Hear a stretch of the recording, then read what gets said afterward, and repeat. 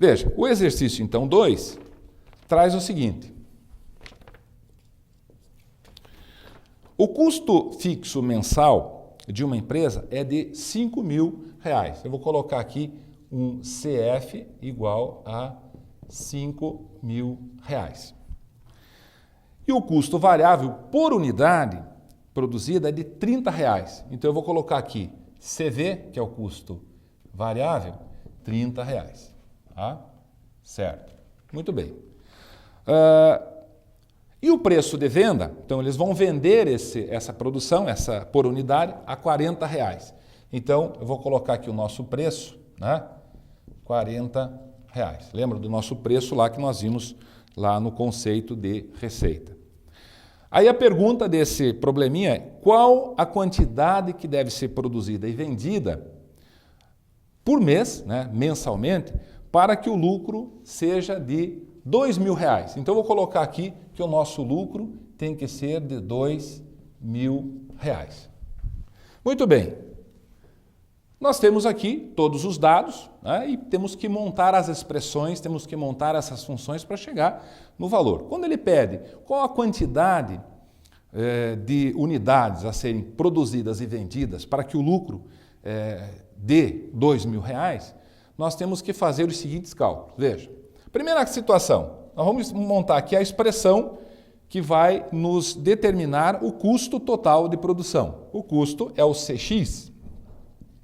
Esse custo, então, é composto, voltando um pouquinho aqui, veja, custo fixo mais o custo variável. Ora, o custo fixo é 5.000, mais. O custo variável, né, é, como eu disse, então, essa mudança que tem em função da quantidade. É R$30, mas eu vou colocar 30 aqui, olha. Se eu deixar esse 30... E vou colocar aqui uma dica para vocês. Se você colocar o 30, você deixou de representar o custo variável. 30 é um valor fixo, não tem mudança. Como deixar esse custo variável? Vamos colocar aqui o nosso X, 30 vezes X. Olha como é simples. Veja, se eu tenho uma unidade que custa 30, 30 vezes 1 dá o 30. Mas se eu produzir 2 unidades, o X vai ser 2, 3 vezes 2 já vai dar 60 e assim por diante. Por isso que eu tenho que multiplicar o 30 pela quantidade produzida e que nós representamos pela letra X, que é a nossa variável independente. Se eu não colocar a letra X ali no custo variável, eu torno ele fixo, né? Para qualquer produção vai dar 5.030, aí não é variável. Muito bem. Então aqui nós temos pronto a função que representa o custo total, que depende da quantidade produzida, mais ou menos.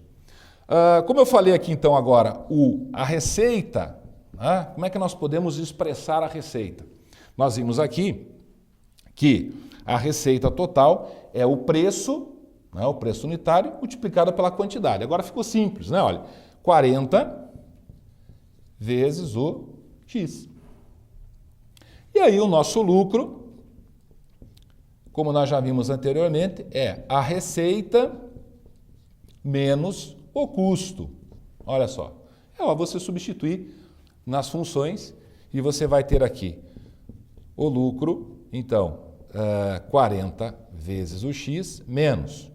Vamos abrir um parênteses aqui por conta do sinal de menos, para não alterar.